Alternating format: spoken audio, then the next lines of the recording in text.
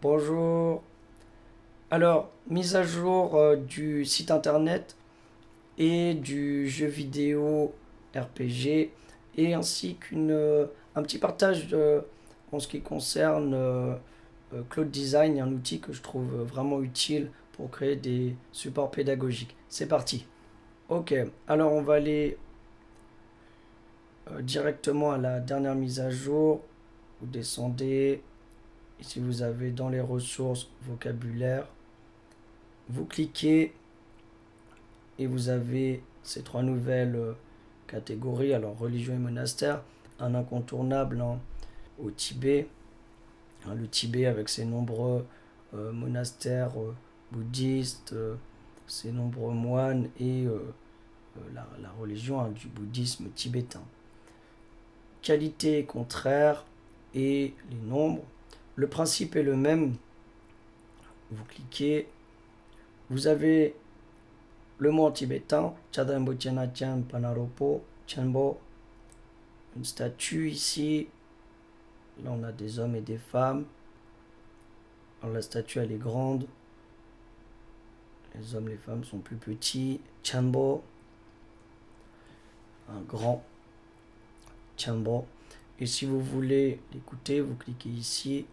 Chenpo, Et vous faites votre propre auto-évaluation. Correct, incorrect. Si vous savez, vous mettez correct. Si vous ne savez pas, incorrect.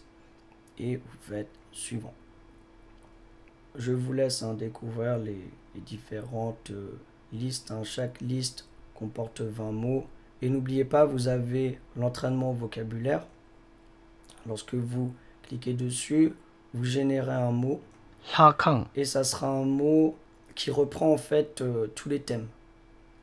Ici, le principe est un peu différent. Vous avez Hadala Kangakang, Hakang, alors le temple, merci. Hakang, est-ce que ça veut dire temple? Hakang, est-ce que ça veut dire merci? Vous avez une chance sur deux et ça veut dire temple. Et vous pouvez réécouter aussi. Hakang, Ici, j'ai rajouté une animation pour mettre en valeur le fait qu'il y a des exercices pratiques et des exercices par niveau. Pour les débutants, par exemple, je répète, ici vous avez la première série, quelle est la prononciation de cette lettre. Donc là, c'est K. Vous cliquez. Ka, La lettre est lue. Et si vous voulez réécouter, vous cliquez ici. Ka, Et la prononciation se fait automatiquement. Ensuite, vous avez ici un module pour apprendre à écrire.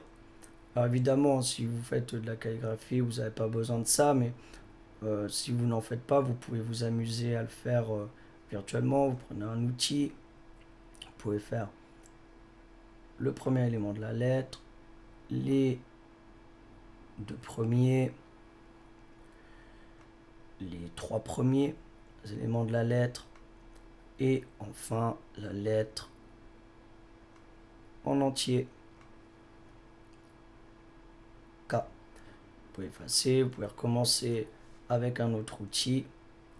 Évidemment, si vous voulez, vous pouvez acheter un carnet de calligraphie et vous avez les motifs ici. Vous pouvez vous aider internet ou même si cet art vous intéresse, bien, vous pouvez acheter un carnet de calligraphie avec les modèles. C'est comme vous souhaitez. Une mise à jour est en cours, mais elle n'est pas encore diffusée. Je fais la présentation ici. La carte visuelle, vous cliquez et ici vous avez des images avec légende. Vous avez ici un insecte, là c'est une planche entomologique pédagogique et elle est l'illustration anatomique d'un insecte. Donc là en l'occurrence c'est Anax imperator, si vous voulez le nom scientifique. Vous cliquez sur le 1. Alors là le trait n'est pas correct, c'est pour ça que là La mise à jour, elle n'est pas diffusée sur Internet. Alors ici, c'est la tête. Comment on dit la tête en tibétain? Cliquez et go, etc. Vous avez d'autres éléments. Et cela vous permet d'apprendre le vocabulaire, mais d'une façon plus visuelle et surtout plus immersive. Et dernière mise à jour, vous allez en bas, ici sur Itch.io. Alors il y a la description du jeu avec les différentes touches, haut, bas, gauche, droite. Alors pause CP, etc. Vous découvrirez au fur et à mesure. Ici le menu c'est échappe en haut à gauche du clavier. Lançons le jeu.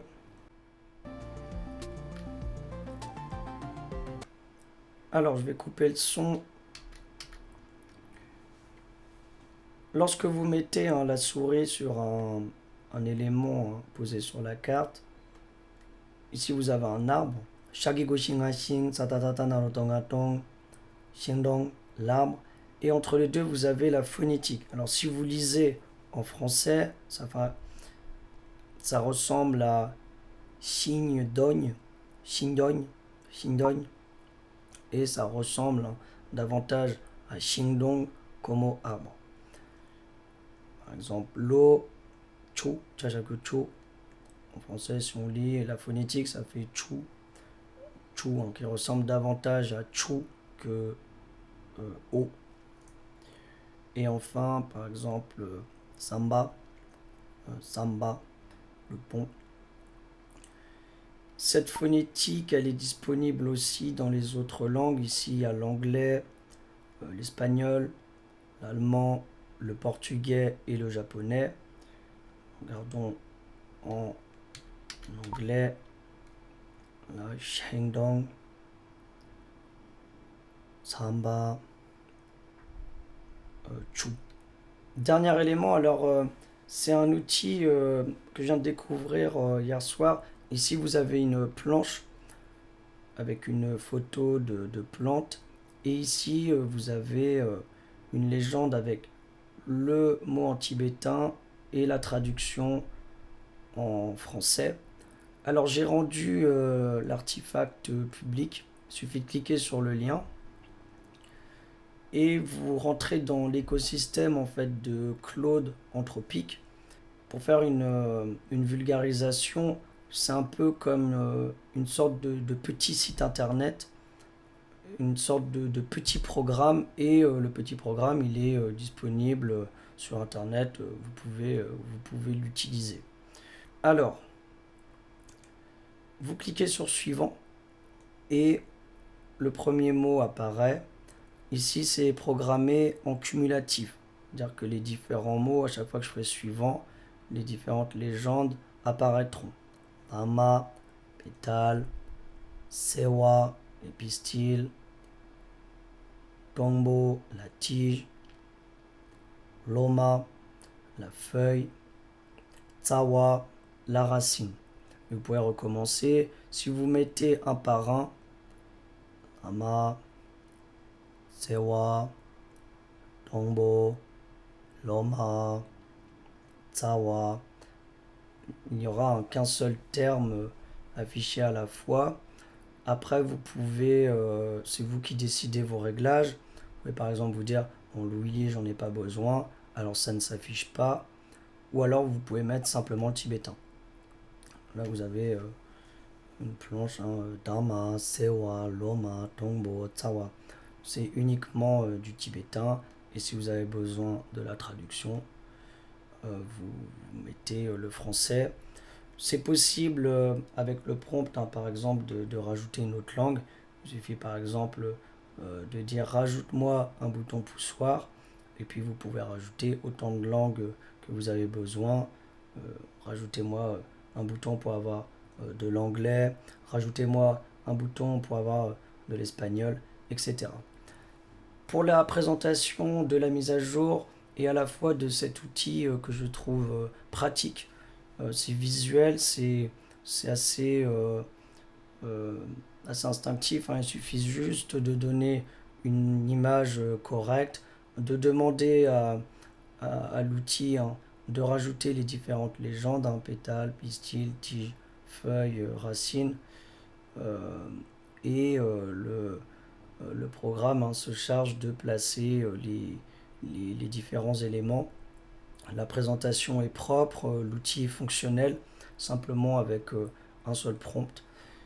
Et j'espère que cela vous aidera, que ce soit les outils mis en ligne gratuitement avec mon site internet.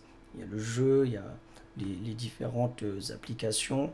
Cet outil-là, peut-être que ça peut vous aider, hein, que ce soit professionnellement ou que ce soit pour le loisir, hein, à des fins personnelles pour tel ou tel besoin. Et eh bien, je vais vous dire bonne continuation hein, pour l'apprentissage du tibétain et puis pour vos différents projets. Et je vais vous dire au revoir, à bientôt.